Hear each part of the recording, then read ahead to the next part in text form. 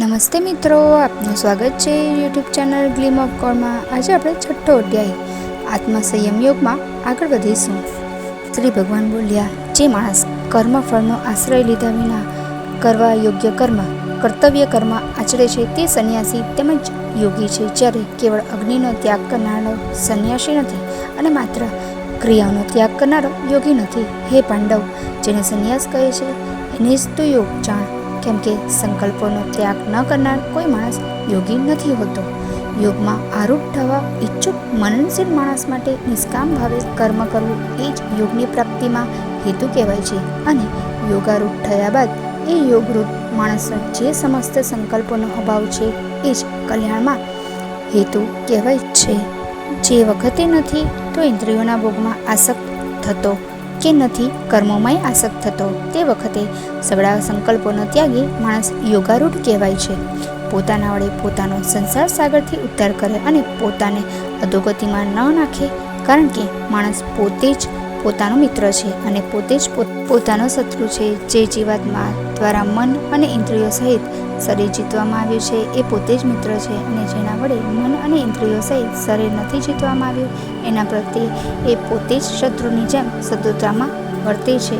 ઠંડી ગરમીમાં, સુખ દુઃખમાં તથા માન અને અપમાનમાં જેના અંતઃકરણની વૃત્તિઓ સમ્યક રીતે શાંત છે, એવા સ્વાધીન આત્માવાળા મનુષ્યના જ્ઞાનમાં સચ્ચિદાનંદ ઘન પરમાત્મા સમ્યક પ્રકારે સ્થિત છે, એટલે કે એના જ્ઞાનમાં પરમાત્મા સિવાય બીજું કશું જ નથી। જેનું અંતઃકરણની જ્ઞાન અને વિજ્ઞાનથી તૃપ્ત છે, જેની સ્થિતિ વિકાર રહિત છે, જેની ઇન્દ્રિયો સારી પેઠે જીટાયેલી છે, તેમજ જેના માટે માટી, પથ્થર અને સુવર્ણ સમાન છે, એ યોગી યુક્ત અર્થાત ભગવત પ્રાપ્ત કહેવાય છે।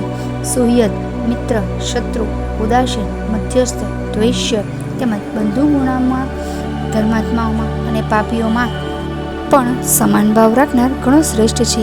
મન અને ઇન્દ્રિયો સહિત શરીરને વશમાં રાખનાર, કશાયની ખેવના ન રાખનાર અને સંગ્રહ રહિત યોગી એકલો જ એકાંત સ્થળે સ્થિત થઈને આત્માને નિરંતર પરમાત્મામાં જોડે। પવિત્ર ભૂમિ પર કે જેના ઉપર ક્રમ પ્રમાણે દર્ભ, મૃગચર્મ અને વસ્ત્ર પાથરેલા છે, તેમજ ન ઘણા ઊંચા અને ન ઘણા નીચા એવા પોતાના આસનને સ્થિર રૂપે સ્થાપીને એ આસન પર બેસીને ચિત્ત અને ઇન્દ્રિયોની ક્રિયાઓને વશમાં રાખી મનને એકાગ્ર કરીને અંતઃકરણની શુદ્ધિ માટે યોગનો અભ્યાસ કરે। કાયા, મસ્તક અને ડોકને સીધા તેમજ ટટ્ટાર ધારણ કરીને અને સ્થિર થઈ પોતાની નાસિકાના અગ્રભાગે દ્રષ્ટિ ટેકવીને અન્ય દિશાઓને ન જોતો બ્રહ્મચારીના વ્રતમાં સ્થિત, નિર્ભય તથા સમ્યક રીતે શાંત અને અંતઃકરણનો સાવધાન યોગી મનને સંયત કરી મારામાં ચિત્ત જોડી અને મારામાં પારાયણ થઈને ધ્યાનમાં બેસે। વશ કરેલા મનનો યોગી આ રીતે આત્માને નિરંતર મુજ પરમેશ્વરના સ્વરૂપમાં જોડતો મારામાં રહેલી પરમ આનંદની પરાકાષ્ઠા સ્વરૂપ શાંતિને પામે છે। હે અર્જુન, આ યોગ ખૂબ ખાનારને સિદ્ધ થતો નથી, તેમજ બિલકુલ ન ખાનારનો પણ સિદ્ધ થતો નથી, તથા ઘણો ઉદ્ગનારનો સિદ્ધ થતો નથી, તેમજ હંમેશા જાગનારનો એ સિદ્ધ થતો નથી। દુઃખોનો નાશ કરનાર યોગ તો યથાયોગ્ય આહાર વિહાર કરનારનો, કર્મોમાં યથાયોગ્ય ચેષ્ટા કરનારનો તથા યથાયોગના ઊંઘનાર તેમજ જાગનારનો જ સિદ્ધ થાય છે। સંપૂર્ણ વશમાં કરેલું ચિત્ત જે વખતે પરમાત્મામાં સમ્યક રીતે સ્થિત થઈ જાય છે, એ વખતે સમસ્ત ભોગોથી નિસ્પૃહ થયેલો માણસ યોગયુક્ત કહેવાય છે।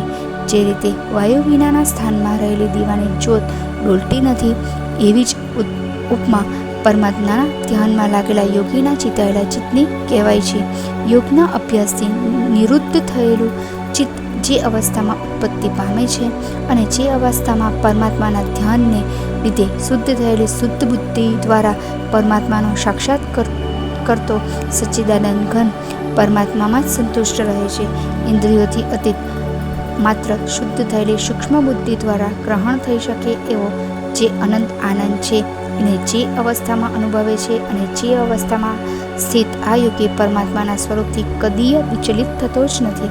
પરમાત્માની પ્રાપ્તિરૂપી જે લાભને પામીને એનાથી વધુ બીજા કશા લાભને નથી માનતો, અને પરમાત્મા પ્રાપ્તિ સ્વરૂપ જે અવસ્થામાં રહેલો યોગી ઘણા ભારે દુઃખથી પણ વિચલિત નથી થતો। મરણના દુઃખરૂપ સંસાર સાથેના સંયોગથી જે રહિત છે તથા જેનું નામ યોગ છે એને જાણવો જોઈએ।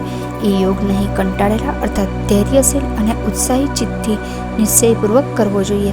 સંકલ્પથી ઉત્પન્ન થતી સઘળક કામનાઓને સમૂળે ત્યજીને તેમજ મન વડે ઇન્દ્રિયોના સમુદાયને બધી બાજુથી સમ્યક રીતે રોકીને ક્રમે અભ્યાસ કરતો ઉપરતિને પામે તથા ધૈર્યશીલ બુદ્ધિ દ્વારા મનને પરમાત્મામાં સ્થિત કરીને પરમાત્મા સિવાય બીજા કશાયનું ચિંતન ન કરે. બાકીનો તે આપણે આવતીકાલે જોઈશું. જય શ્રી કૃષ્ણ. જો આપને આ વિડીયો પસંદ આવ્યો તો વિડીયોને લાઈક, શેર અને સબસ્ક્રાઈબ જરૂરથી કરજો.